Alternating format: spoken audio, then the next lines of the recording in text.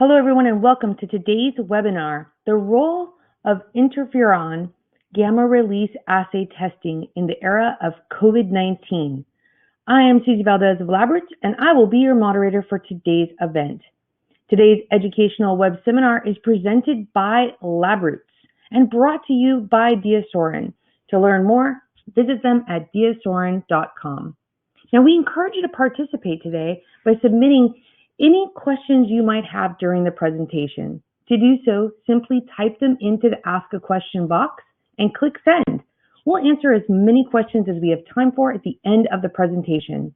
You may also submit any technical issues here as well if you have any trouble seeing or hearing this presentation. Now, this presentation is educational and thus offers continuing education credits. Please follow the process to obtain those credits by clicking on the Continuing Education Credits window. I'd now like to introduce and welcome our speaker, Dr. Wendy Thanassi, the Chief and Occupational Health at VA Palo Alto Health Care System and Associate Clinical Professor at the Population Health and Epidemiology at Stanford University. Dr. Thanassi, welcome. You may now begin your presentation.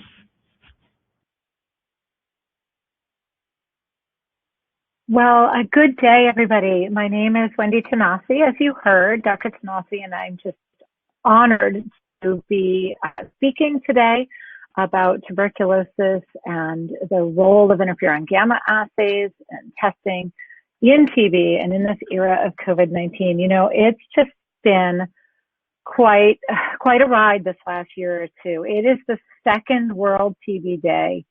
And the end of the first full year since we encountered COVID-19 together. And I know all of us worked absolutely feverishly to manage this pandemic and its consequences. And what we're going to talk about today is what has the COVID-19 pandemic, what effect has it had on tuberculosis and on management out there in the world? So we put together a couple of key learning objectives. I hope you enjoy our little run through TB in the world. I guess it's not really enjoyable since the reason we have World TB Day is that it's such a crisis in the world. But what we're hoping to do is work together toward elimination. So let's look at some key learning objectives. We will review the impact of COVID-19 pandemic on the incidence of tuberculosis in the world. We'll review some recent U.S. public health data on tuberculosis and latent TB infection, LTBI, including some testing and diagnostic methods and the role of IGRAs, which are the blood tests, and latent TB treatment in these challenging times. Looks like there's a repeat there. That's just maybe to emphasize the point.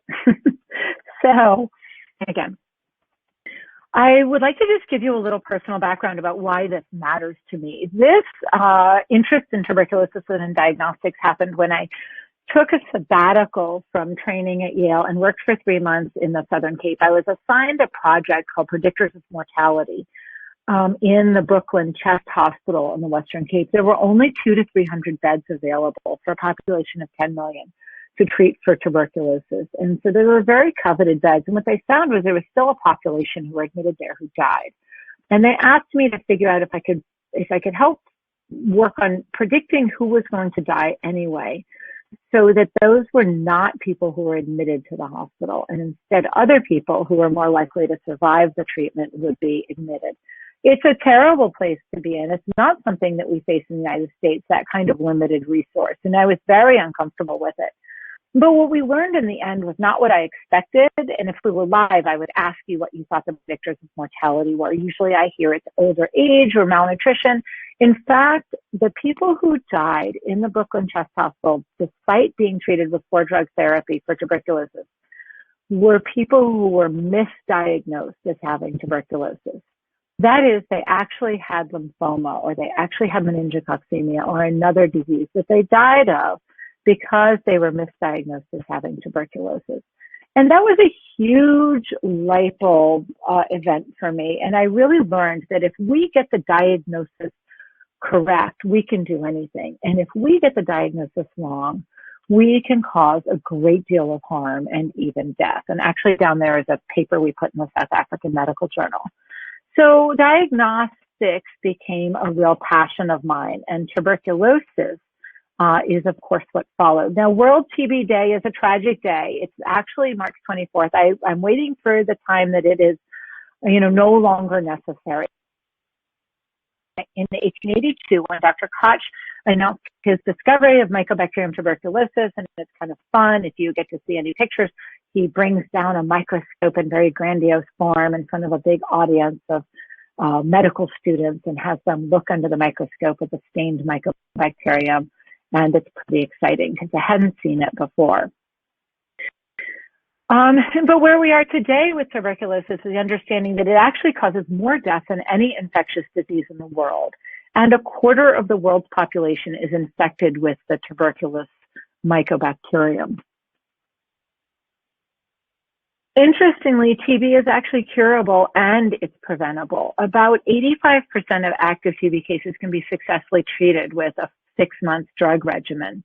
And the additional benefit of treating people is that curtails the onward transmission of infection to other people.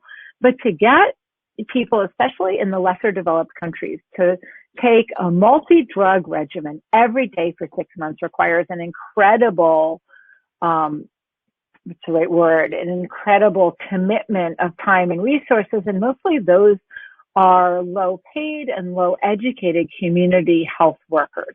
But with their adherence, there is great success, so that in the last 20 years, TB treatment has averted about 63 million deaths worldwide. So what's happening with COVID in the world? Well, the prediction from the World Health Organization, and they expected about 1.5 million deaths. And with COVID and TB together, they're predicting another 500,000 deaths per year due to multiple causes, primarily a decrease in TB case detection.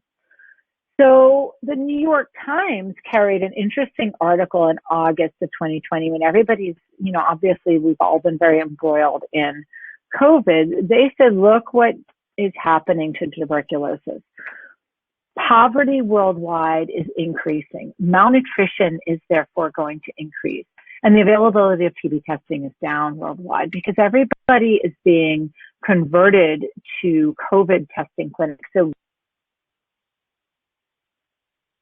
for COVID testing. TB surveillance programs, they were repurposed to be testing for COVID. In India, the diagnoses were down by 75%. In India, probably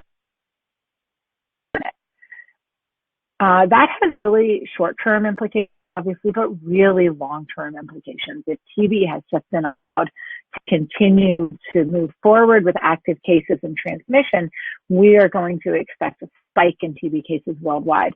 Meanwhile, as you know, with everything closing, treatment supply chain disruptions occurred. And we learned, of course, that there's co-infection, not just with HIV and TB, but now, of course, HIV and TB and COVID. And they look alike, right? Both pulmonary infections, both with cough, both with fever. Part of why the diagnosis of tuberculosis went so far down is everything was called COVID. Okay, just a little sidelight here that I think is kind of fun and interesting. There was a lot of talk early on in COVID-19 about whether BCG vaccination might impart some protection against the SARS-CoV coronavirus, COVID-19 of many names. So the BCG vaccine, as you might know, has been around about 130 years, and it is the only vaccine we have in the world against tuberculosis. It's relatively effective. It certainly saved a lot of lives, and there are many variations of it across the world. So it's interesting that COVID-19 has killed fewer people in these severely impoverished and less developed countries than we expect. And I don't think it's a matter of lack of adequate diagnostics, because the overall mortality rates in those countries are not significantly higher, not where we would really expect them if they were being influenced by COVID-19 as we predict. So one really does wonder if there's some efficacy to the BCG vaccine. So the World Health Organization addressed this early in the pandemic in April of 2020, and they said, no. There's no evidence that the BCG protects against infection. And then they said that they're following it with some clinical trials. Well, these are not their clinical trials, but two papers that came out about 6 months later in like August and September of last year did point to the possibility that BCG is inferring some protection. And we have seen other papers earlier that it does protect against, it seems to, against RSV and some other childhood viruses. So I just think that's a little fun sidelight, and it leaves a lot of room for more study and maybe for a little bit of good news in the darkness that was last year. So going back to now moving from the world and the influence of COVID-19 and tuberculosis in the world to the United States and some of our public health issues, you probably are all working in the field of tuberculosis, and like me, we're completely pulled out of what you did before and moved 100% to COVID-19 response. And this was a little study done by the National TB Controllers that showed that over 90% of TB programs had actually deployed personnel from the United States to the COVID-19 response. And, over 60% of them had experienced a nearly high impact on staffing. And then what we see from that is that diagnoses of tuberculosis in the United States were way down since COVID starting. And that doesn't mean that tuberculosis cases are down. It's just that the diagnosis is down. And we saw this happen before. And I would ask you again, if we were live, like what caused the increase in tuberculosis cases that the United States witnessed in the late 80s and early 90s? And I don't know what your answer would be. So I just have to tell you that the answer was HIV.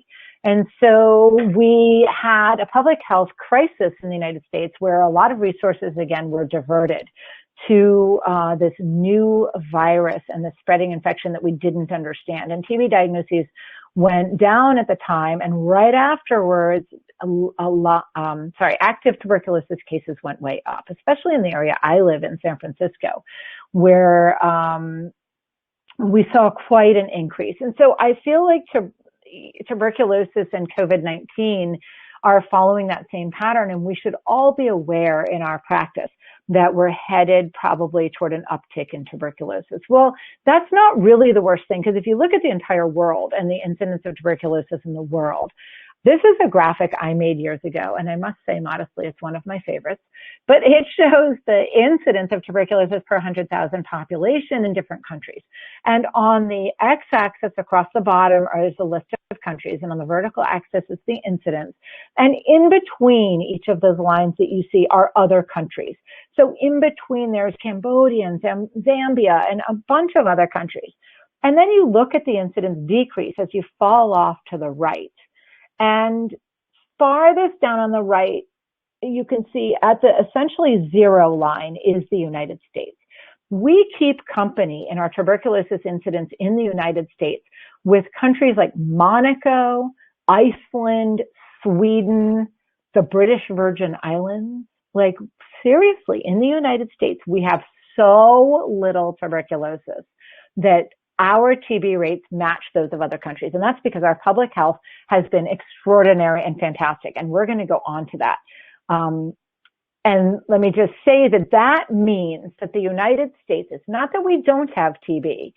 We have, and I'll get to that, but what we carry in terms of the global burden of tuberculosis is less than 0.00005% of the global tuberculosis burden is in the United States. And so we remember that as we go on and talk about specifying testing for certain groups and not just willy-nilly running out and testing all 20 million healthcare workers every year anymore. So let's think about how do we target our testing so that we know who can most benefit. So where is tuberculosis in the United States? Well, over half of the cases are only in 4 states: California, Texas, New York, and Florida. Interesting. Some of the cases of TB are the highest in those same places, aren't they? Of COVID-19. It's kind of interesting.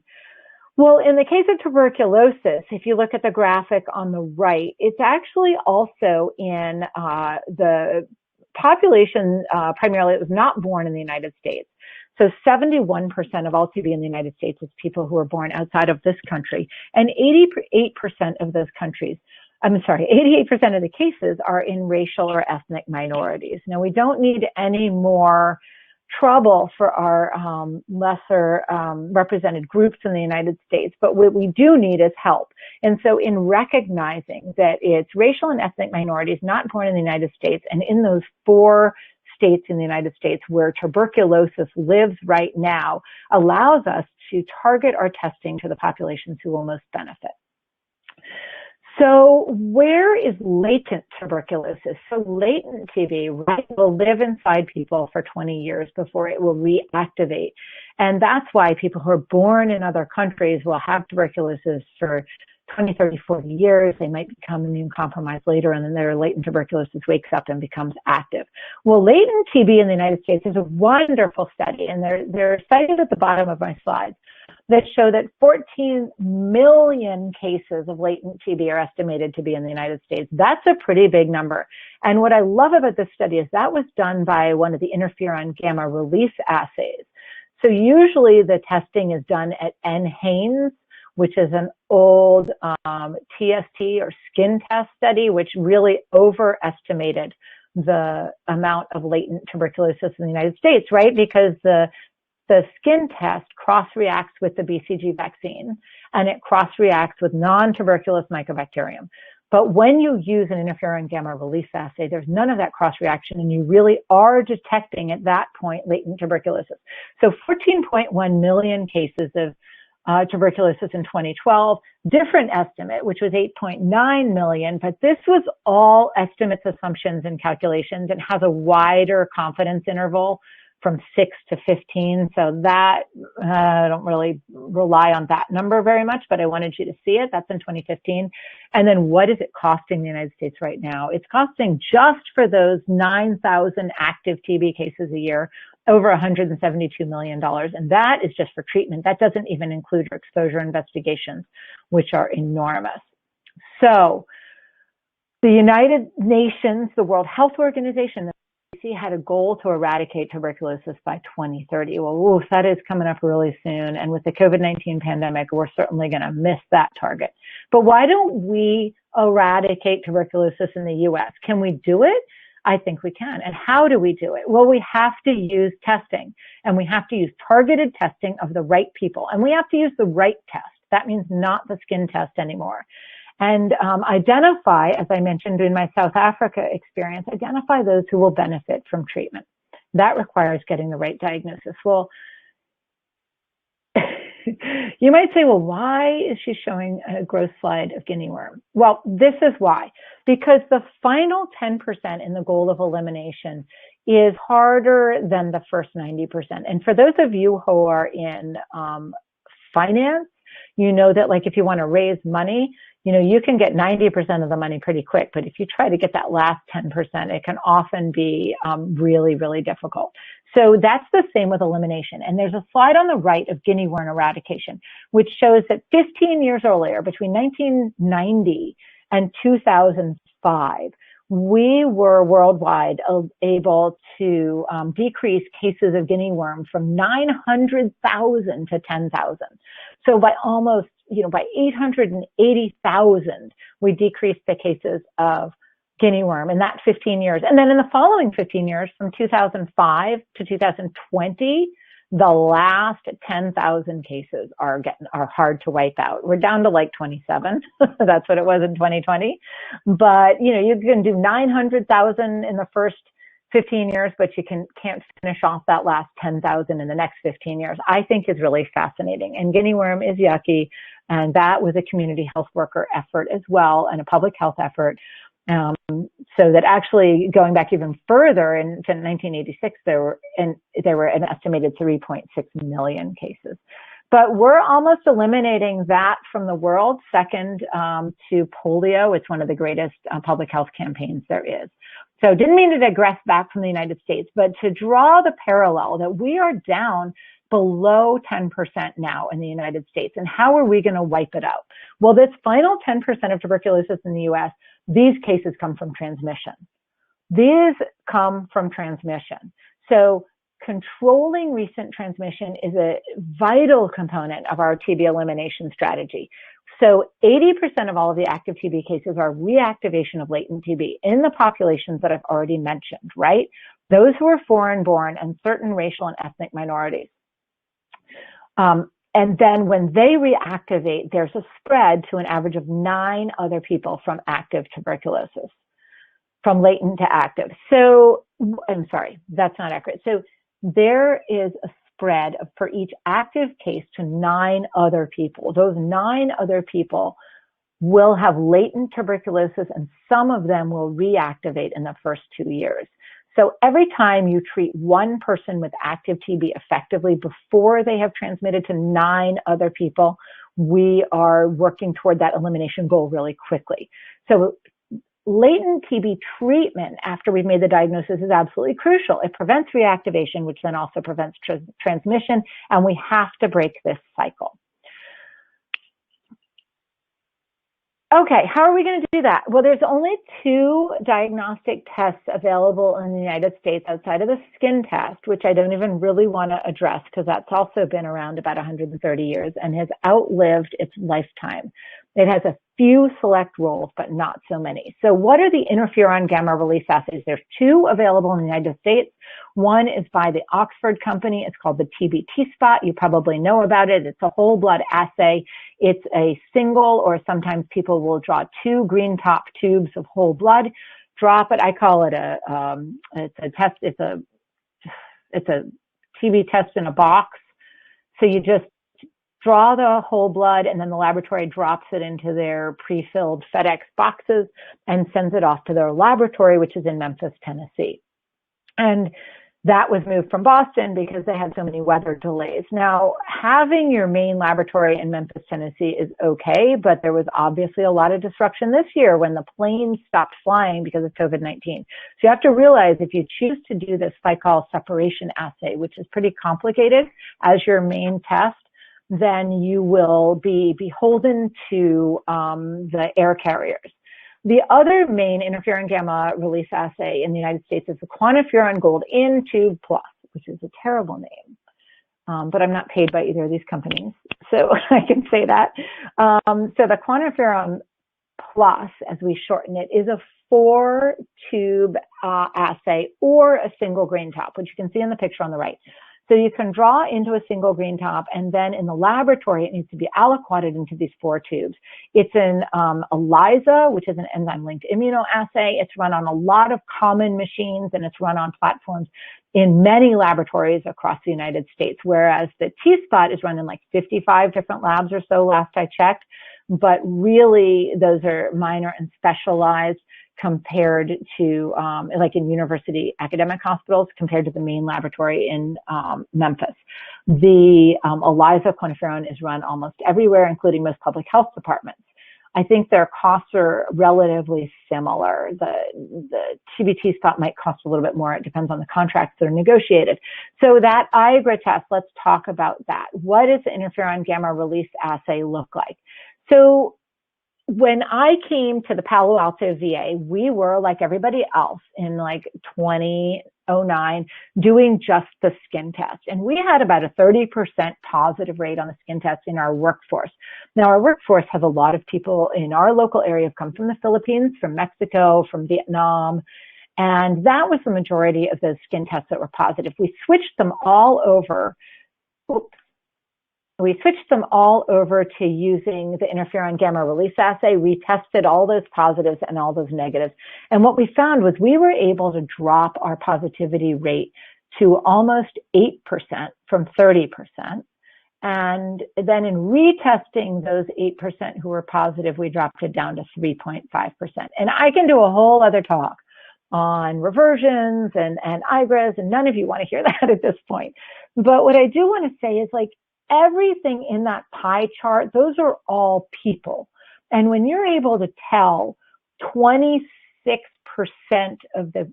of your population, or almost 95% of the people who thought that they were positive, that they're actually not, you get tears.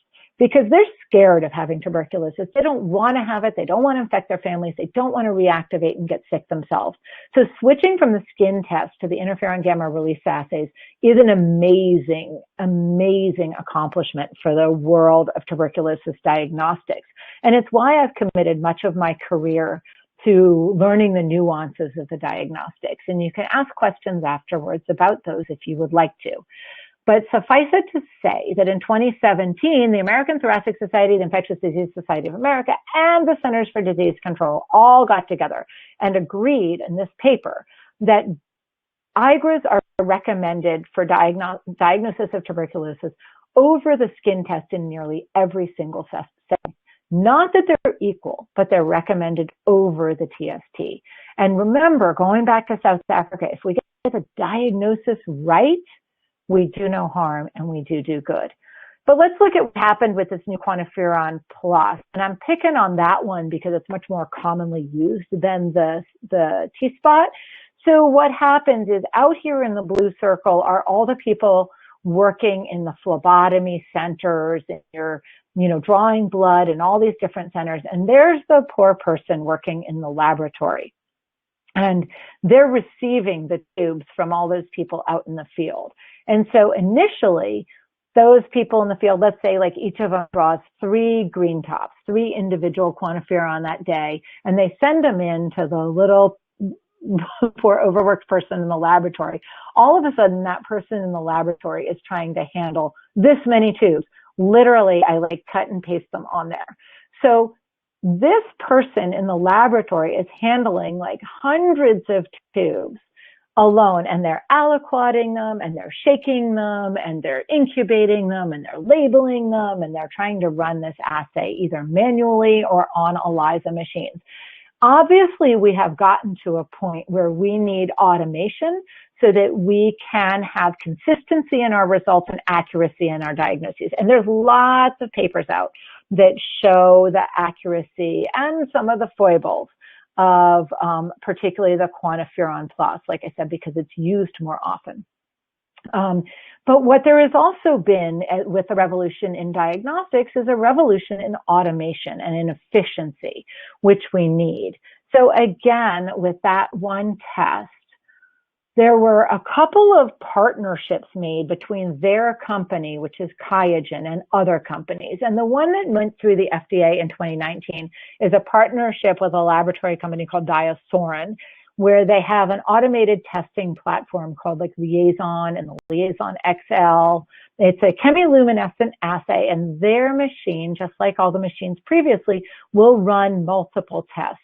And what will happen is post-incubation, they can automate all the testing, everything's labeled, the caps come off, everything's aliquoted, and they'll run this menu of other tests as well. There were some other partnerships as well between that company, QIAGEN. There was one between TCAN, which is their Fluent machine, and Hamilton Robotics and their Microlab machine. Now, they signed non-exclusive agreements with QIAGEN, and I'm just showing you this because the future of this test is definitely this kind of automation, and I think it's really cool. I believe the only FDA-approved platform is the Diagnostics Liaison and Liaison XL. So I just have a little video here because this is so super cool of one of the companies. I just think this is amazing. Look at that. They'll even shake the tubes for you. So that's what they call their rotisserie. And the pipettes on the right on other machines will actually unscrew the tops of the tubes and aliquot and then spin and then shake. And it's really quite amazing.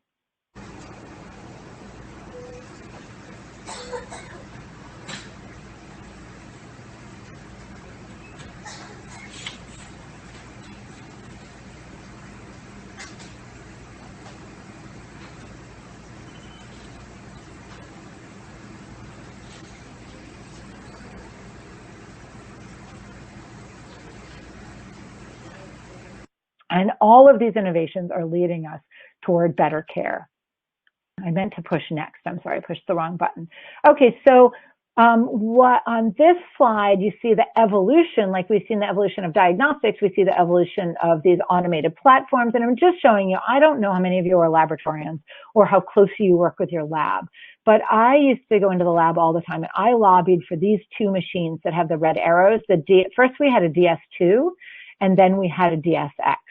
And they worked for us, but the DS2 only took 2 plates of 96 wells or 26 tests per hour and a half run.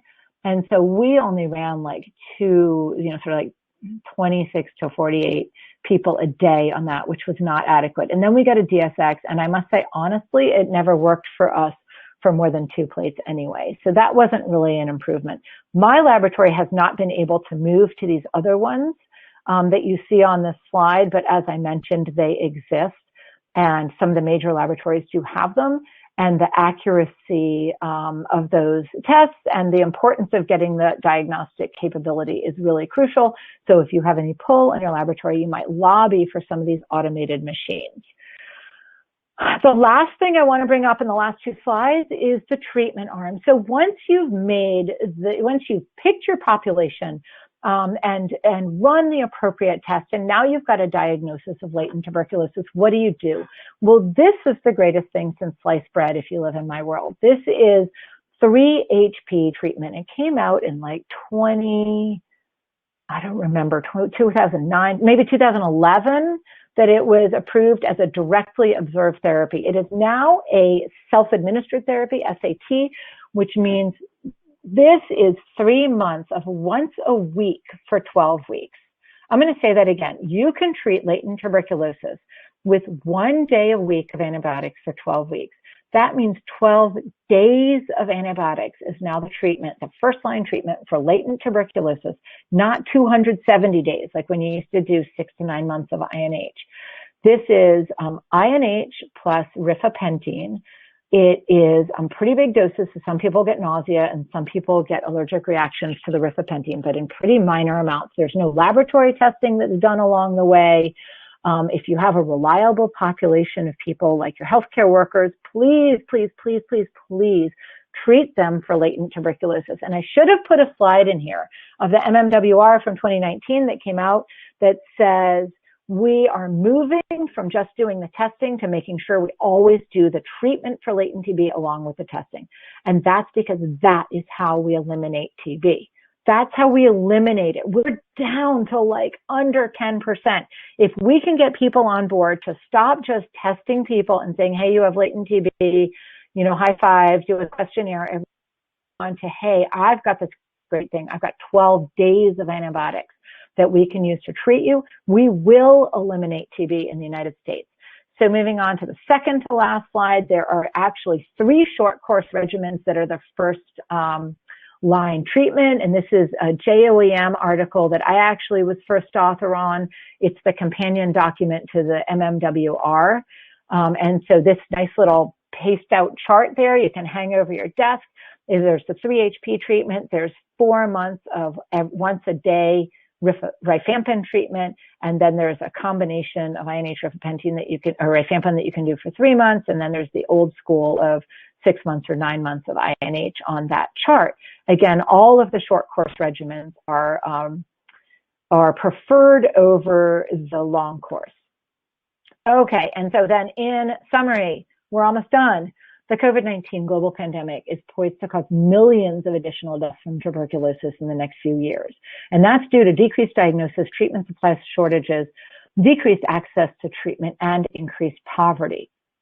The most crucial step you can all take is getting the correct diagnosis. And that means taking advantage of these improvements, these new and improved tests. We have the Interferon Plus. There's a magnetic TB spot bead test that's being tested in Europe now. There's these nucleic acid amplification tests like the Gene Expert that are used internationally. There are partnerships between laboratory companies and the makers of these wonderful interferon gamma release assays. There are acquisitions. LabQuest actually bought the TB spot facility in Memphis. And so that's a new partnership that's going to improve reliability. These are coming fast and furious. There's improved processes and automation that increase the consistency of results, as I mentioned. But we have to use these tests correctly. We have to use them on the correct population. And that is what impacts the reliability. If we keep testing 20 million negative healthcare workers, we're going to get false positives. If we test the right people, like you think about that clinic I mentioned in South Africa, if we target the right people, we get the right diagnosis and the right treatment. But without vaccine, it's only through this method of accurate diagnosis and fulfillment of treatment that will allow us to eliminate tuberculosis in the United States. I really believe we can do it. Oh yeah, that one said, all of you, all of us have the power, and we now have the tools to be part of eliminating tuberculosis in the U.S. I want to thank you very, very much for your time and your attention. I hope I didn't run over time. We're hoping to have some time now for questions, and I will be glad to hear what you have to say and what your thoughts are about this brave new world. Power be with you to take care of that other respiratory illness that affects so many people in the world. And thank you. Happy World TB Day.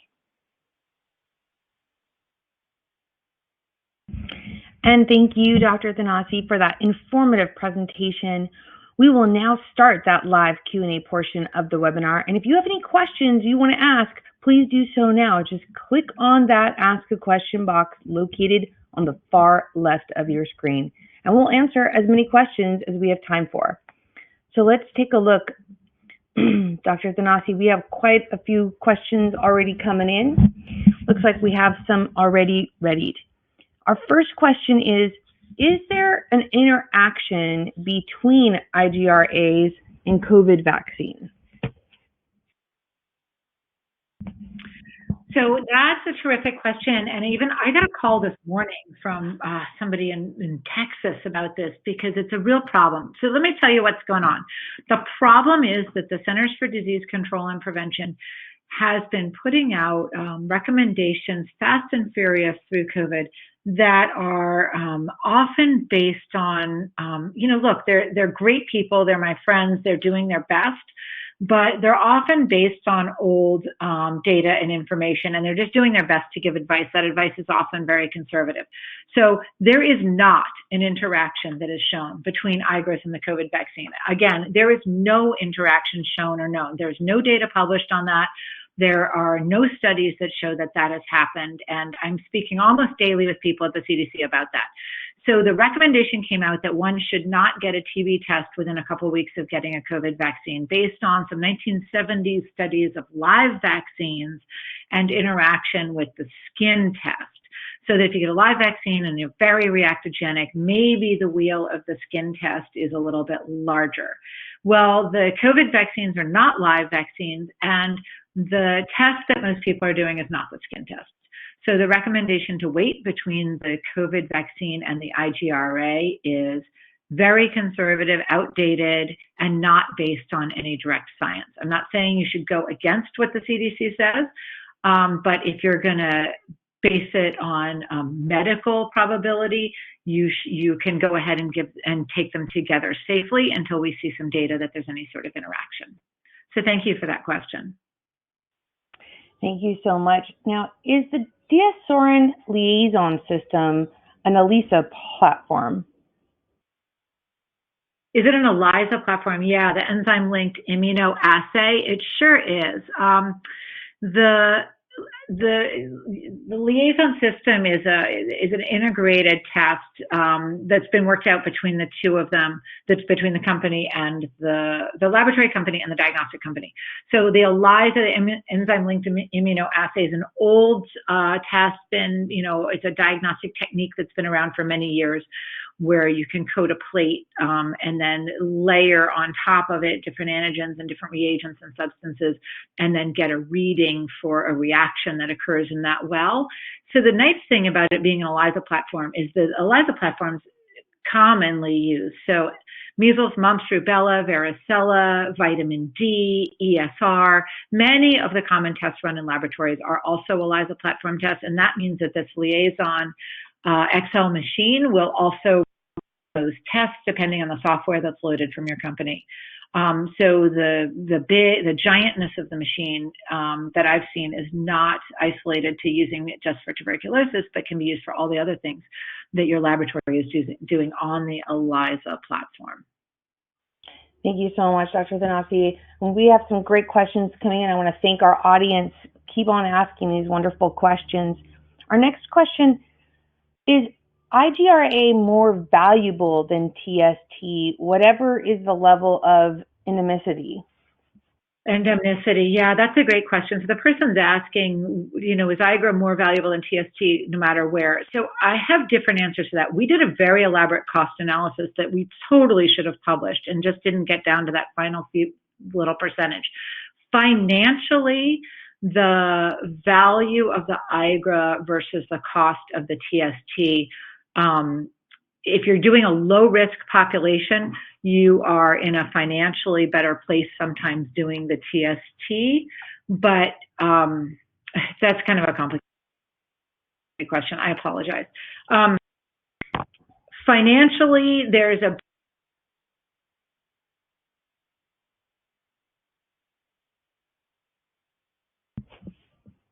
Dr. Thanassi, it looks like we lost your sound.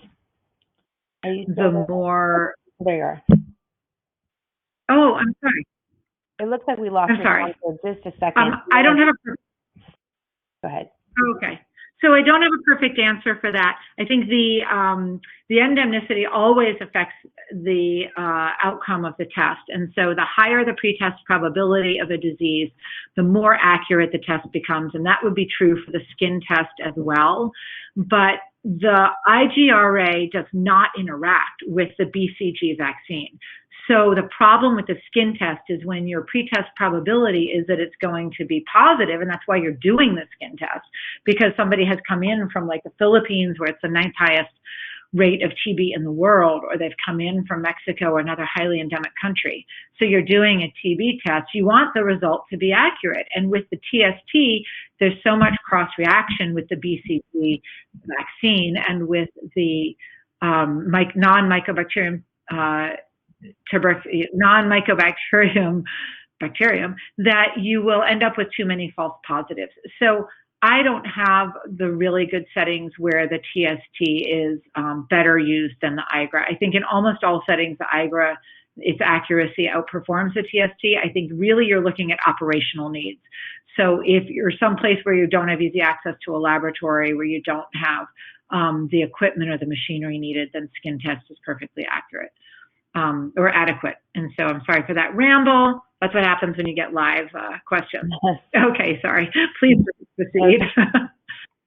This is great, and I want to thank again our audience for these great questions coming in. Dr. Thanassi, how important is it to report out the numeric value along with the qualitative results, positive, negative, indeterminate, when reporting results for QFG? Yeah, I love that question. How important is it to report out the results? So what happens with the quantiferon test, as you all probably know, is you might get one qualitative answer, positive or negative from a laboratory. But let's go through this real quickly because it's a terrific question and vitally important. The quantiferon test, I showed you, it has the 4 tubes. It has a nil tube, which is a negative control. The value in that tube should be essentially 0. It has a mitogen tube, which is, I sort of call it like a garbage can. It's a tube that's coated with phytohemagglutinin from kidney bean slurry, which is highly, highly reactive. So when somebody's whole blood goes into it and comes into contact with the edges of the tube where this PHA exists, there's a huge release of interferon gamma. And that positive control tells you that the person's immune system is working well. And if you think about tuberculosis as an active disease, it's predominantly in people who are immune compromised. So it was crucial to the companies to know that you weren't getting a false negative. So that by having a positive control that says, yes, they have a working immune system, it then allows the next 2 tubes, in the case of the quantiferon, the TB antigen 1 tube and the TB antigen 2 tube, to be reliable results. So when you get the results from the laboratory, I really want to see those. I want to see that the nil background is low. I want to see that the mitogen is high.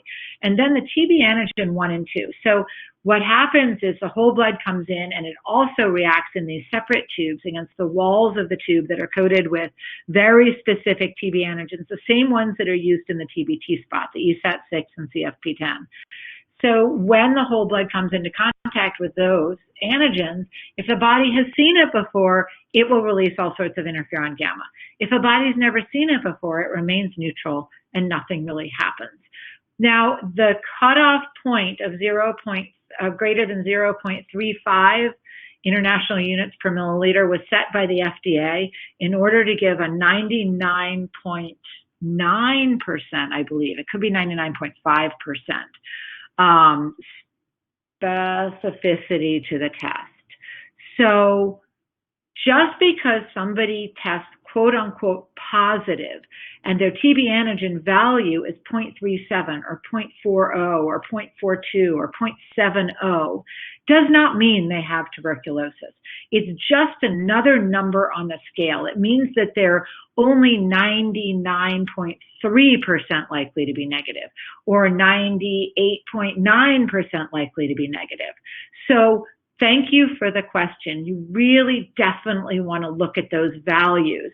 If you get a positive result, a qualitative result that says positive on anybody who you don't believe had tuberculosis, your pretest probability was low, you definitely want to assess that result quantitatively and redraw the test. And that is what the 2019 CDC MMWR says. Redraw all of the unexpected positives. In fact, even potentially all of your positives. I wanted to add something to that, and I lost that train of thought. But it's a terrific question. So think about retesting. Definitely know the quantitative values. Oh, I was going to tell you that in 2010, the CDC came out with guidance that directs all laboratories to report those quantitative values. So you can refer back to the CDC on tuberculosis in 2010 on their document on tuberculosis and IGRAs if you need support for the laboratory to report out those specific values. Sorry, I try to be faster on those. Thank you so much. Now, what is the role of the NAT testing? So the nucleic acid amplification testing is completely fantastic. The company near me, Cepheid in Sunnyvale, has the test, the Gene Expert, EXPERT. It's a different test. So that test is a sputum test that's used to diagnose active tuberculosis, and its real benefit is telling you resistance patterns. So there's a couple of benefits to it. So if you're in so anyone who you see who has active TB, you definitely want to get a Gene Expert and look at the resistance to INH or rifampin or the other members of the RACE initial treatment platform. The other great role for using the nucleic acid amplification is to release people from isolation in your hospital quicker than 3 days. So instead of waiting that 3 days for the 3 sequential morning sputums to be done and then smeared in the laboratory, you could actually run a Gene Expert quickly using the nucleic acid amplification technique and release that person from isolation, which has been shown to save a lot of money and, of course, saves a lot of fear and time and PPE use. So those are the two main roles for that test. It's not for latent tuberculosis that we've been talking about. Thank you so much, Dr. Thanassi. Now, could infection with SARS-CoV-2 increase the chance of latent TB becoming active? Well, that's a very relevant question and absolutely true. Anything that affects somebody's immune system and compromises, in particular, their pulmonary function can reactivate TB. So we have not seen a lot of studies on that. There's a lot of reports of co-infection. Some case reports of 40 people in one country, others of a few at a time where they're co-infected. I don't think we have had enough time to show that reactivation happens, but clearly, logically, it is happening, and I think we will see it happen more. And I think that people who have had COVID, who are these long haulers and have some residual and chronic pulmonary disease, are also going to be more susceptible to that latent TB reactivating. So I'm sorry I don't have an exact paper to refer you to, but I know that there are reports of that, and I know that, and it makes medical sense to us all that reactivation will occur in people whose immune system is hit so hard. Now, I think actually it's kind of an interesting question because with COVID, the immune system gets actually ramped up more than it would normally. So actually it'll be interesting to see those studies, but my guesstimate is absolutely so. How are we for time? We're doing great, and we have time to answer a couple more questions. This next one, regarding the IGRA method, could the IGRA method be applied as well for COVID diagnostic? You know, it's a terrific question, and I'm not gonna fake it. I'm gonna confess that I don't know. It would make sense that interferon gamma release assays, which are releasing interferon gamma, which is common in everybody's immune system, could respond to the spike protein or to a portion of coronavirus also, if that coronavirus were so isolated, if the correct antigens were isolated. Well, let me think about it. I'd have to think about that one. It's why I didn't mark it early. I'm not sure. I think that would be trickier. I don't know that the body will have built up enough I don't know. I'm going to just stop. I'm not sure. I'd have to think about that one. Whoever asked the question, get back to me. Maybe we can do an email as I think. Oxford, Immunotech, or QIAGEN to see what they're doing with those. Thank you so much. And we have time for and one. Thank you for stumping the chump over here. We have time for one more question, Dr. Thanassi.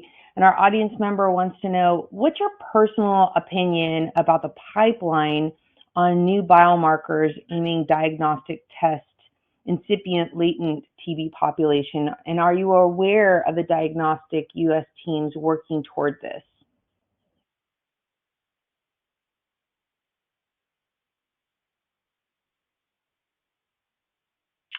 You know, I haven't looked at that in the last few years at different biomarkers. I know that a lot were being tried a couple of years ago when I was looking at it, and I don't know what the new pipeline is. And so if this asker is aware of those and wants to put anything in the chat or is able to put something in the questions about that to educate us, that would be great. I think that 6 and CFP10 are pretty good right now. They're pretty accurate. I'm not sure how many more biomarkers we would need, but if we can increase the sensitivity and specificity of the testing, that would always be everybody's goal, and definitely the goal of everybody working in the field of tuberculosis. Absolutely. And Dr. Thanassi, thank you so much for your presentation. Would you like to provide our audience members with any closing remarks before we go? Only that you're obviously a well-versed audience. Your questions are tough and interesting and very forward-thinking. And I really love that kind of thought process where so many of you ask sort of, what is this going to look like going forward?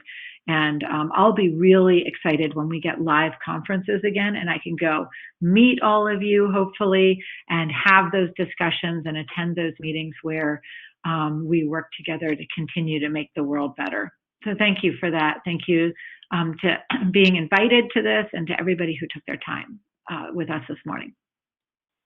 Well, we want to thank you again, Dr. Thanassi, for your time and your important research. And we'd also like to thank LabRoots and our sponsor, DSORN, for underwriting today's educational webcast. And before we go, I want to thank our audience for joining us today and for their interesting questions we did not have time for today, and those submitted during the on-demand period will be addressed by our speaker via the contact information you provided at the time of registration. And this webcast can be viewed on demand. LabRoots will alert you via email when it's available for replay. So please encourage and share this email with your colleagues who may have missed today's live event. Until next time, everyone, stay safe and stay healthy and take care. Bye-bye.